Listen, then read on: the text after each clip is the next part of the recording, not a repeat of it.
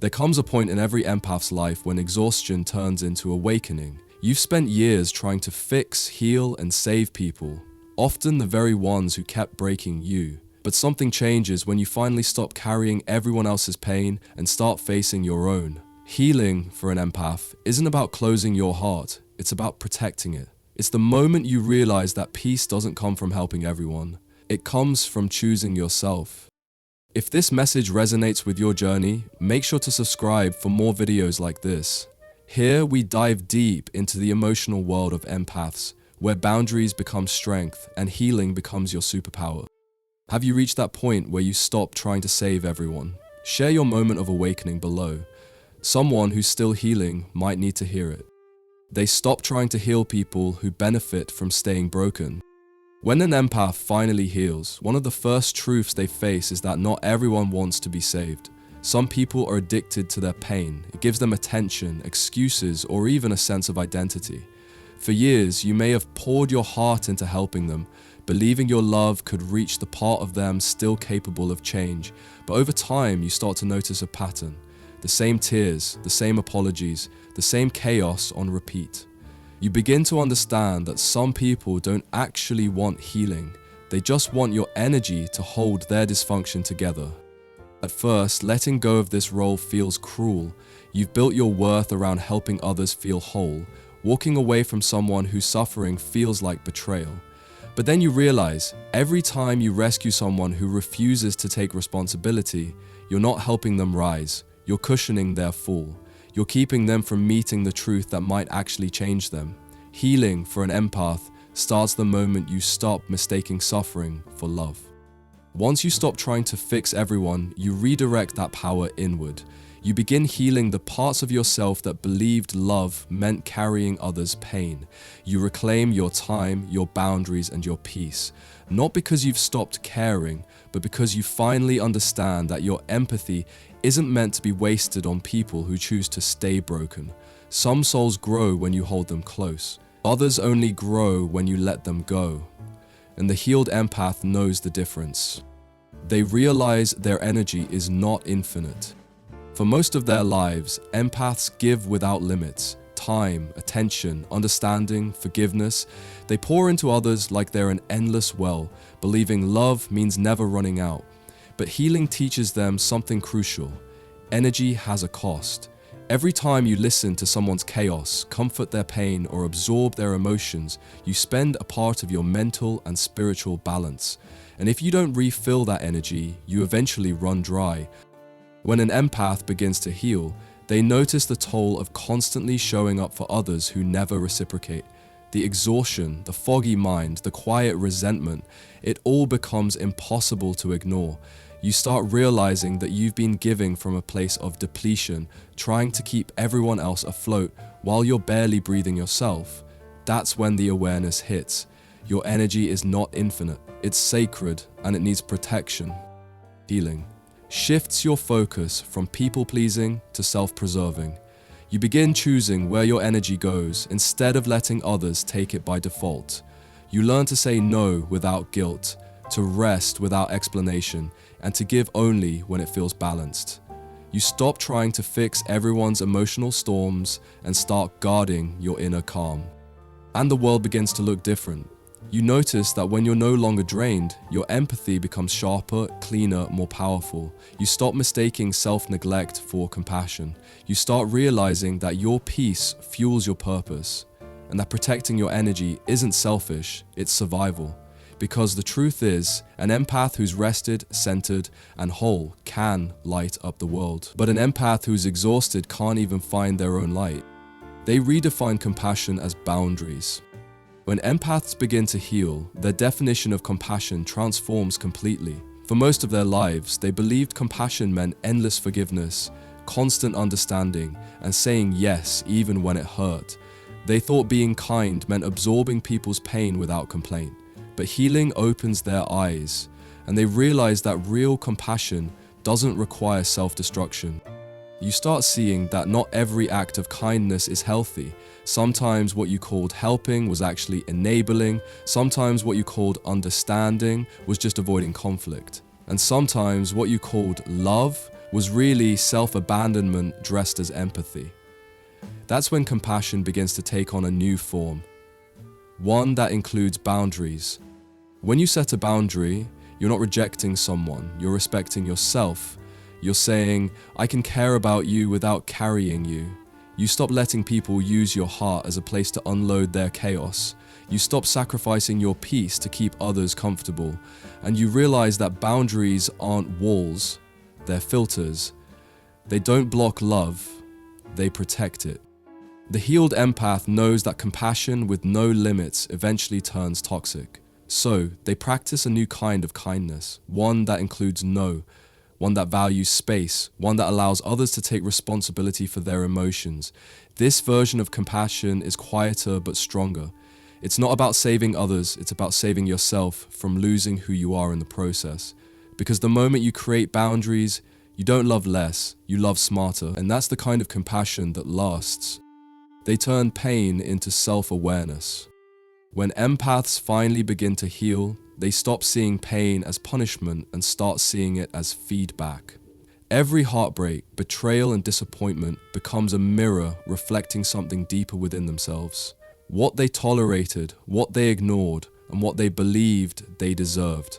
Pain becomes their teacher. It stops being something to escape and turns into something to understand.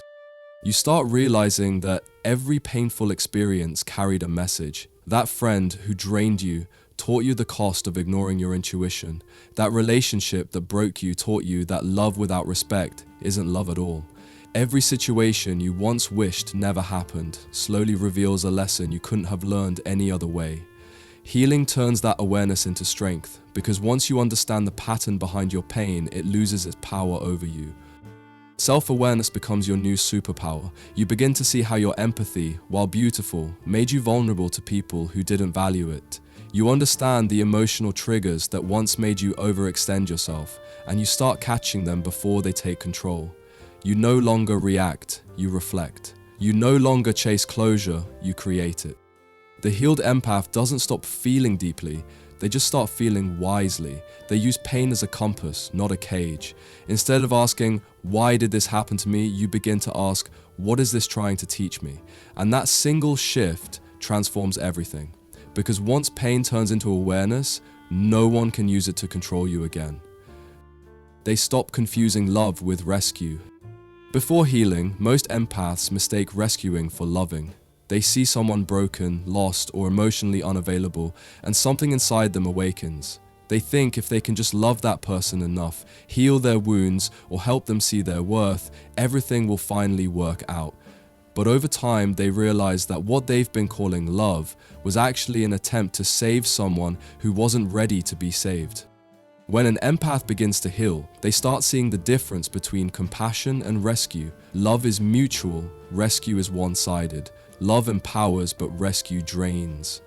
In trying to fix others, you end up carrying their emotional baggage, solving their problems, and losing yourself in the process. You confuse being needed with being loved, and it becomes a silent form of self-abandonment.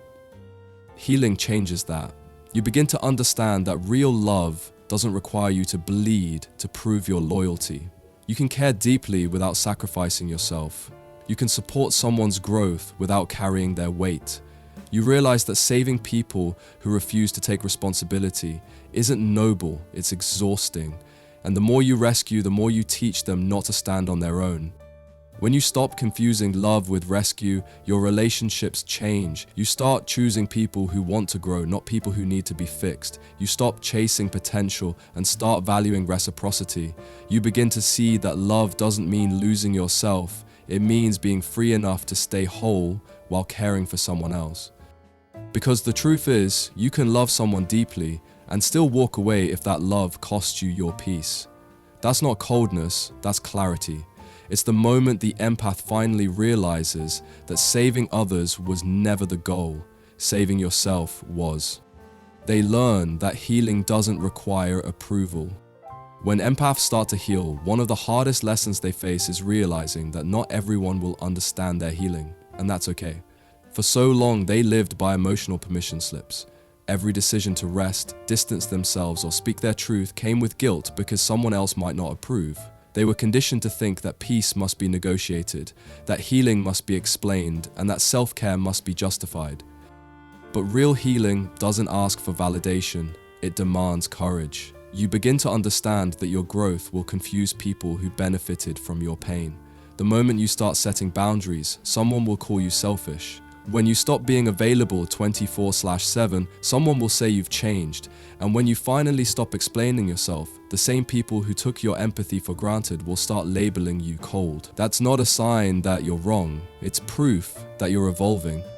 Healing is an internal process, not a performance. You realize you don't need to prove your progress to anyone. You don't have to post about it, explain it, or justify it. You are allowed to protect your peace without permission. You're allowed to disappear, to rest, to rebuild quietly in ways no one sees. Because healing isn't about how it looks, it's about how it feels. As an empath, this truth liberates you. You stop asking, will they understand, and start saying, I understand myself.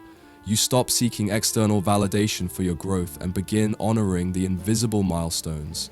The nights you didn't overthink, the days you said no without guilt, the moments you chose peace over people-pleasing. The healed empath no longer explains why they're protecting their energy, they simply do it. Because healing isn't meant to make sense to everyone, it's meant to bring you back to yourself. And once you stop needing approval to heal, you finally realize how powerful you've always been.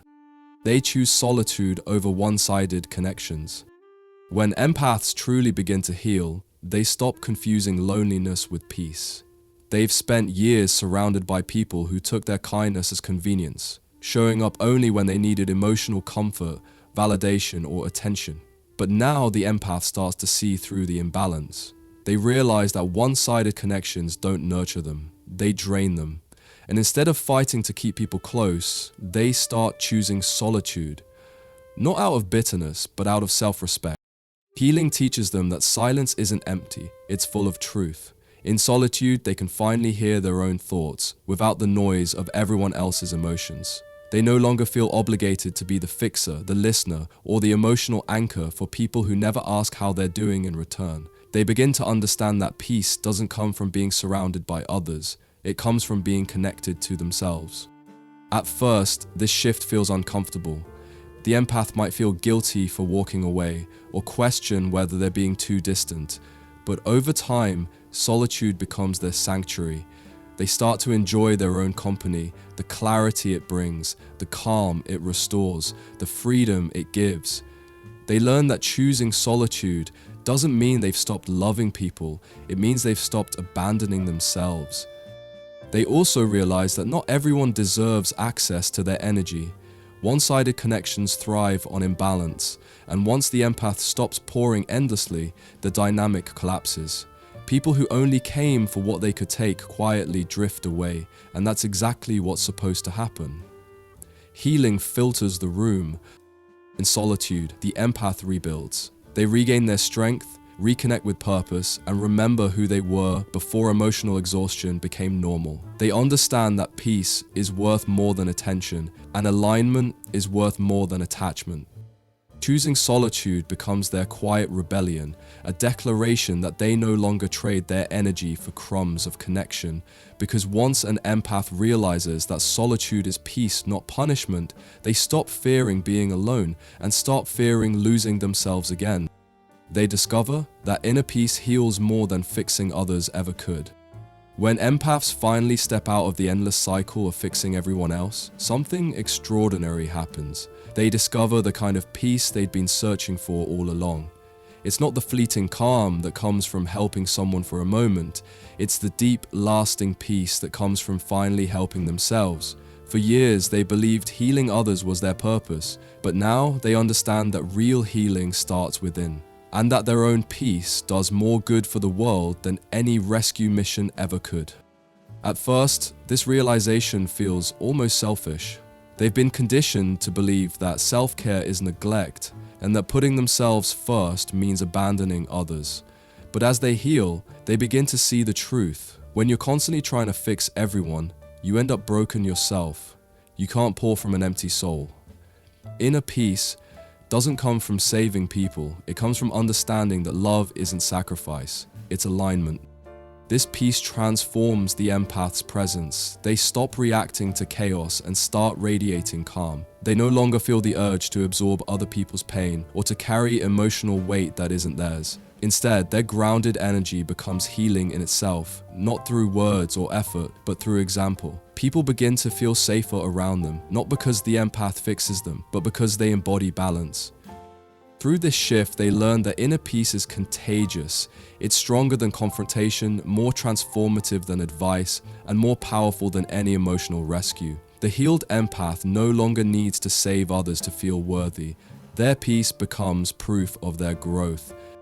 And that's the ultimate paradox. The moment they stop trying to heal everyone, their presence naturally starts to heal everything around them.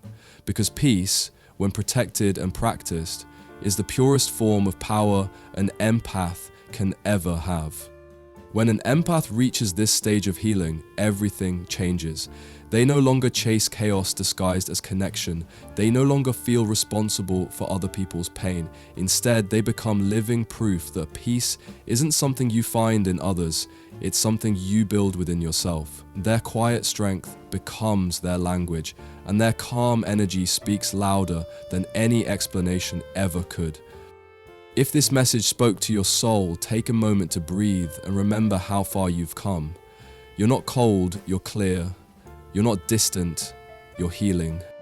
Subscribe to Brainy Empath for more videos that remind you of your worth, your power, and your peace. And comment below, I choose peace over chaos, because once an empath chooses peace, they never go back.